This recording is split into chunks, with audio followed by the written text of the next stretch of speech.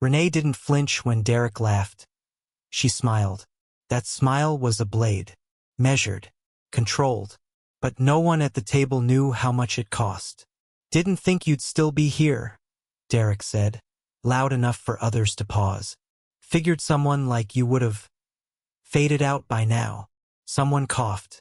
The tension slipped beneath the table like smoke. He sat there grinning, arm around his latest accessory, flaunting his success with loud ego. His voice sliced through the air like he was on stage. Renee took a slow sip of water. Her spine straight, face unreadable. She wouldn't give him the satisfaction. Not here. Not in front of these people. She don't notice the CEO is also around. He was there somewhere nearby. Not speaking. Just present. Derrick kept going. "You know what I love? Watching people pretend they're too good for reality. Like they're just waiting to be discovered or something." Renee exhaled through her nose. The smile stayed, but her jaw tensed, and someone stood up. A chair moved. Subtle. Purposeful. Derrick laughed again, but the sound cracked halfway through. Because the room had gone silent. All eyes turned. No one needed to say his name. The man standing hadn't raised his voice. He didn't have to. Then came the words, calm, clipped, absolute. "That's enough." Even the air stopped moving. Derrick blinked. Renee didn't look up. She didn't need to, because somehow, even without seeing him, she knew who had spoken. And she knew what was coming next wasn't just about her. It was about the mistake Derrick just made. Before the job, before the CEO, before that humiliating lunch, there was Derrick. They met at a networking mixer during her final year of grad school. Derrick was charming, confident, the kind of man who filled a room before he even opened his mouth. He talked big, tech startups, foreign clients, early retirement. Renee, still figuring herself out, admired the way he seemed to have everything mapped out. He liked that she listened. He told her she was the only real one in a world full of fakes. At first, it felt like being chosen. Derrick showered her with attention, gifts, late-night calls, surprise visits. He said she grounded him, that she made him want to be better. And Renee believed him. But slowly, the praise curdled into criticism. He didn't like how she dressed, too corporate. Didn't like her friends, too opinionated. Didn't like when she corrected him. "You always have to be right, don't you?" Still, she stayed. Because when he apologized, he did it like a movie scene. Tears, promises, hands shaking. And when he hurt her feelings, he blamed stress, the job, his childhood. Never himself. And Renee tried harder. She adjusted, shrunk, waited. She didn't realize how much of herself she'd lost until she stopped recognizing her own voice in conversations. Then came the night she found texts, dozens of them. Other women, laughing about her. And still, she stayed. Just one more chance, she told herself. But forgiveness didn't fix him. It only taught him she'd always fold. The final straw came when he showed up drunk to her interview dinner. Slurred a joke to the hiring manager about her being a pro at fetching coffee. She didn't say a word that night. She just walked away.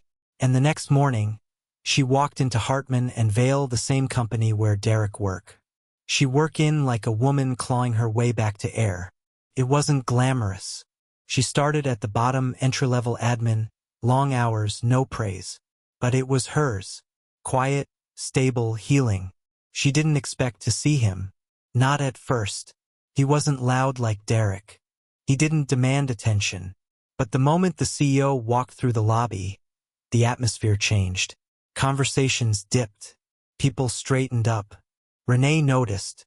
The first time he passed her desk, he didn't look at her. But something in the air pulsed, like recognition in a dream. The second time their eyes met, not for long, but long enough to make her forget what she was typing. She didn't know his name then, just his silence. And then came the elevator. He stepped in, alone, sharp suit, no phone, just him and her. "You're new," he said. His voice was deeper than she expected.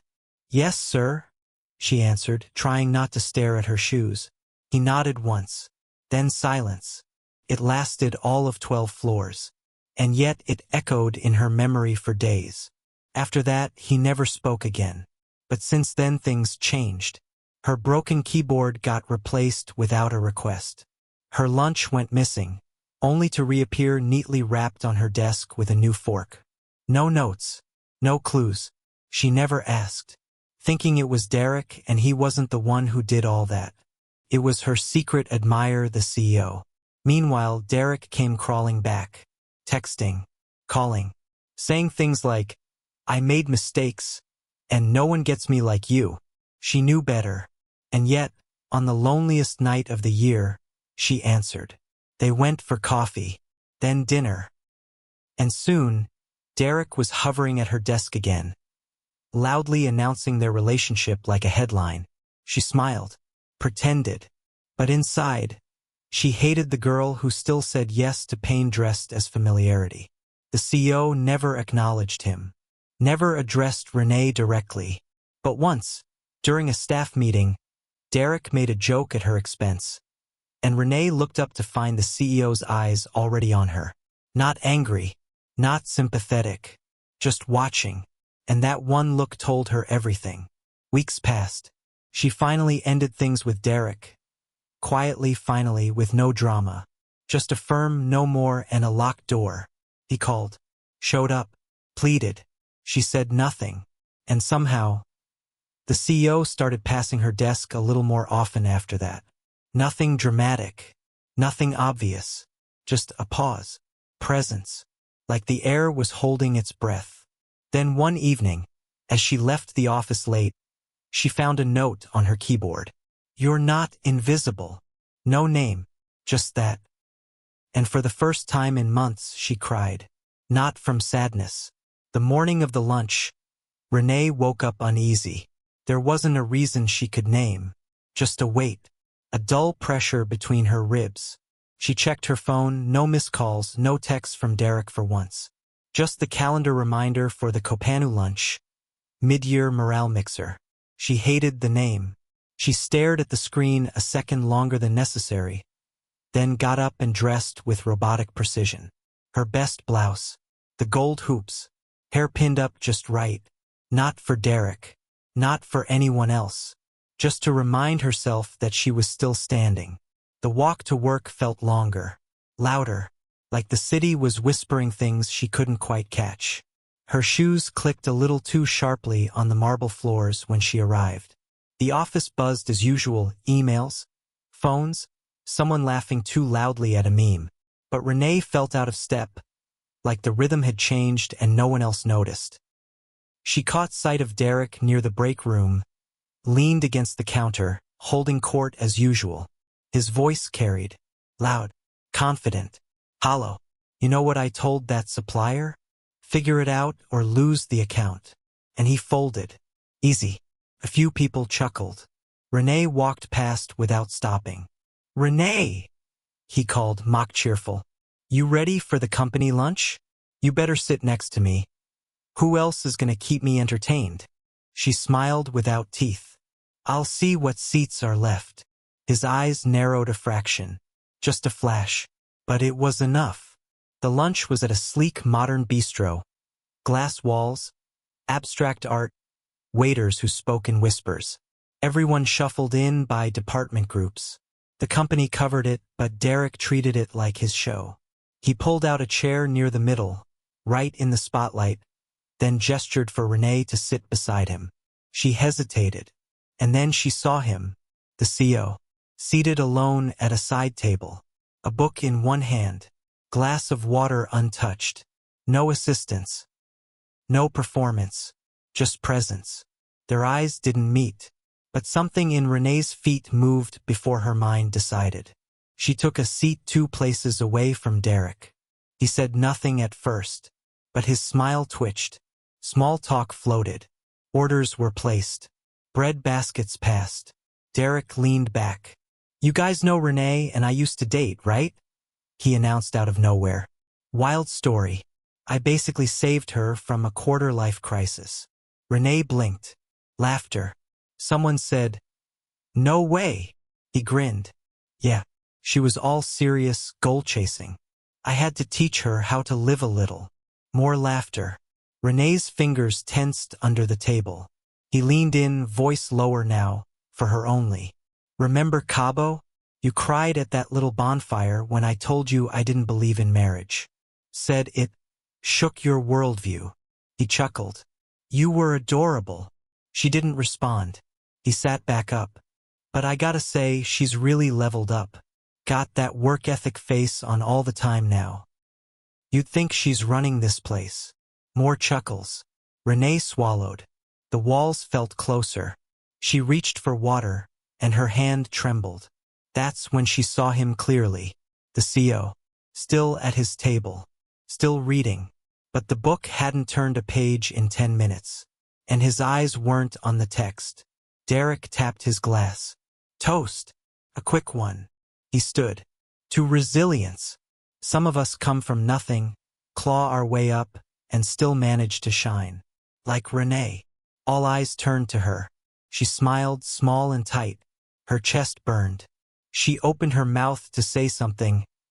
Anything, but Derrick cut in. "I mean, yeah, she started off answering phones, but now she's doing emails and everything." Laughter. This time louder. Someone tried to change the subject. Too late. The sting was done. Renee stared at the tablecloth, the weave of it. Anything not to feel the eyes. Derrick clinked his glass with hers. "Seriously though, proud of you." Then he leaned in again, just low enough for her to hear. "You can act like you're too good now, but we both know who you really are." Her pulse spiked. And then, a chair moved. Soft, subtle, deliberate. The CO had stood. Not fast, not loud, but enough to pull the entire room into pause. He walked toward their table, not rushed. Each step calculated. Derrick turned, smile ready, and froze, because the CO didn't look at him. He looked at Renee, and for the first time that day she breathed. But he didn't speak. Not yet. He simply rested a hand on the back of her chair and turned to the group. That's where the moment paused.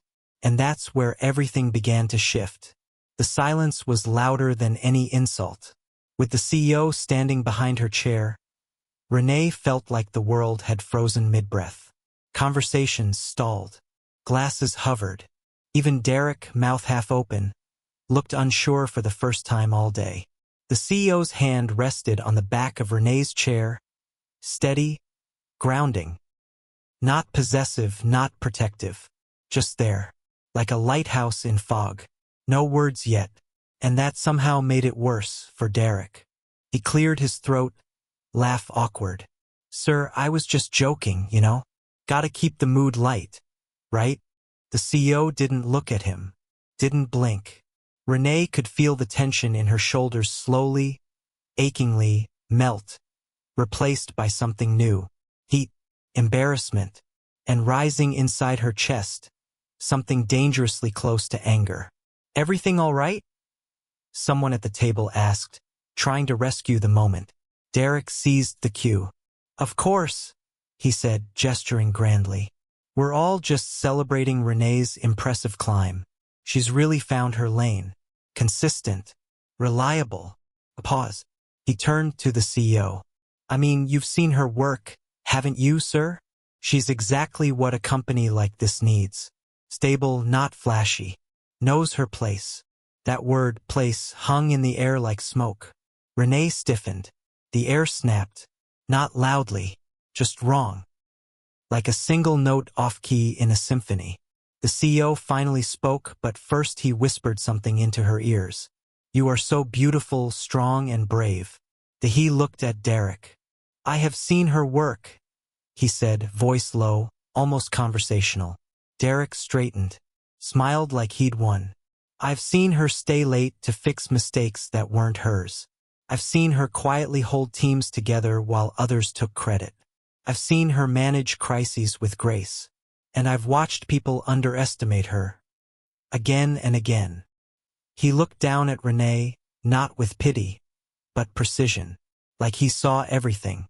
She is not stable, he said. She's extraordinary. The table went still. Someone dropped a fork. Someone else gasped. Derrick laughed again, forced now. Right? Of course. She's great. But the cracks had spread. A junior analyst whispered to her friend. Project manager looked away, suddenly fascinated by her plate. The balance of power had shifted, and Derrick knew it. Still, he tried to salvage it. Well, hey, I never meant any offense. Just a little nostalgia. Right? He looked at Renee, grinned tight. We've got history. The CEO's eyes didn't move from Renee. You don't have to explain yourself to anyone, he said. His voice wasn't loud, but it cut through the air like a verdict.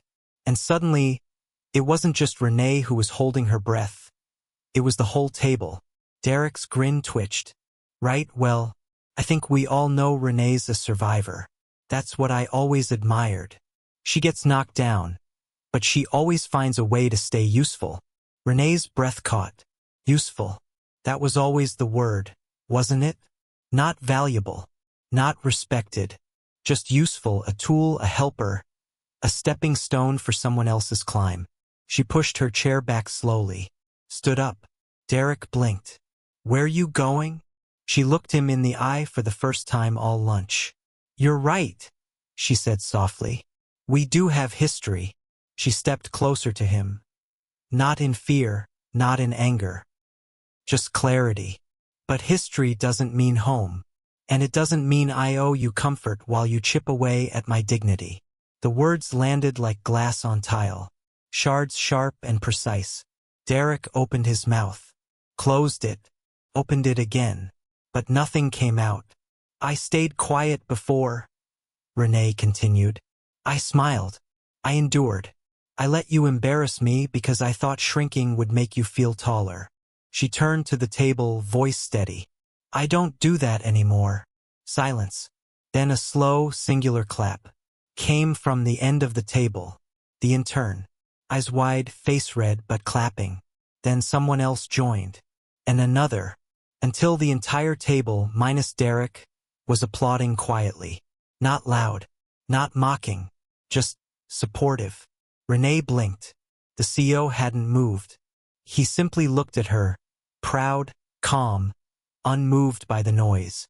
She turned toward him, held his gaze. He gave a small nod, then stepped aside. She walked past the table, past the tension, past the wide eyes and stunned faces. Each step steadier than the last, until the door clicked behind her, and the noise exploded behind it. The door clicked shut behind Renee, but the energy she left behind crackled. The applause faded. Conversations didn't resume.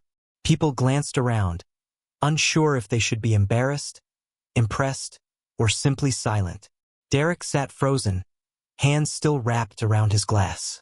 His smirk was gone. His laugh was gone. All that was left was the fragile shell of a man who had been untouchable, until 5 minutes ago. The CEO remained standing. For a long, pulsing second, he didn't speak. Then he slowly stepped forward, pulling the eyes of the room with him like gravity. He stopped beside Derrick. Not over him, not behind him, beside him. I don't like repeating myself, the CEO said calmly. Derrick looked up, confused. Sir, you misrepresented her. Look, it was just jokes. We were close once. I mean, you weaponized familiarity, the CEO said, cutting him off without raising his voice. That's not humor. That's cruelty. The words fell like stone. Derrick flushed. I didn't mean it like that. But you did, the CEO replied, locking eyes with him. And you meant for people to laugh at her expense. That kind of behavior doesn't belong in this company, or in any room I'm in. A murmur spread down the table. Someone coughed. Someone else lowered their gaze. Derrick's eyes darted, searching for allies. None came. Then the CEO turned slightly, not to Derrick but to the table itself. I want everyone here to understand something. Forks stilled.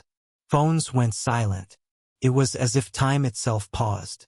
He gestured toward the door Renee had just walked through. That woman has more emotional discipline than most of the executives I've worked with in 20 years. She shows up. She performs. She leads without the title. The interns sat frozen, eyes wide. The managers shifted, suddenly reevaluating everything they'd seen that afternoon. She doesn't just complete tasks. She creates stability, he continued. You might not see that in your reports or performance charts, but if you've worked near her, you've felt it. And people like that, they don't owe anyone silence. He turned back to Derrick. Not even when the insult comes from someone who used to matter. The jab landed harder than any shout could have. Derrick looked away, jaw tight. The CEO took a breath. Calm. Measured. I've built companies. I've turned around failing divisions. And I've made mistakes, like giving space to people who weaponize ego and call it confidence. He took a slow step forward. If you ever make someone feel small to prove you're big, you've already lost the right to lead. Or belong. The silence thickened. And then he added, without a hint of irony, "You're dismissed, Derrick." What? Derrick blinked, color draining. Wait. What do you mean dismissed? I mean, clean out your desk by the end of the day. No yelling. No drama. Just truth. Derrick stood up sharply. You can't be serious. Over a joke. The CEO's expression didn't change. This isn't about a joke. This is about a pattern. One that ends now. Someone at the table gasped. Derrick opened his mouth again, then shut it, and sat. But it was over. The CEO turned back to the others. I know this wasn't what anyone expected from lunch, but maybe it's what we needed. A pause. Culture is what you tolerate. Today we drew a line. Then, for the first time since arriving, he looked toward the window. Sunlight poured in through the glass walls. She walked out because she didn't owe this place her silence. I only regret not speaking sooner. He nodded once to no one in particular, then walked toward the exit. Halfway there, he paused, turned slightly, and for a moment, almost quietly, added, "Let her know. I'll be in my office waiting." Then he was gone. The sunlight outside hit different. Renee didn't rush. She didn't cry. She just stood by the curb, letting the afternoon warmth press gently against her face like a question. She had said what needed to be said, and yet her chest still hummed with energy. Not anger, not regret, just a kind of steady buzzing. The kind that comes when something old has been burned to ash, and something new waits beneath it. Her phone buzzed. A text from Margot in HR. CEO said he's in his office if you'd like to speak. Renee stared at the screen. No pressure. No expectation. Just an open door. She didn't move at first. She wasn't sure if it was fear or pride or something in between. But finally she turned. Walked back into the building. Past the receptionist. Past the meeting rooms. Past the people who watched her in quiet awe. Up to the top floor. She knocked once. "Come in." His voice was even. She opened the door. He stood by the window, sleeves rolled to his elbows, jacket draped over the chair. Not a CEO now, just a man. He didn't speak immediately. Neither did she. Then finally, "I didn't mean to speak for you down there. You did. Not just your work ethic or your loyalty, though that's easy, but how you carry pain without bitterness. How you move through a room without needing to own it. You stay." She blinked. That wasn't a line. It was a truth.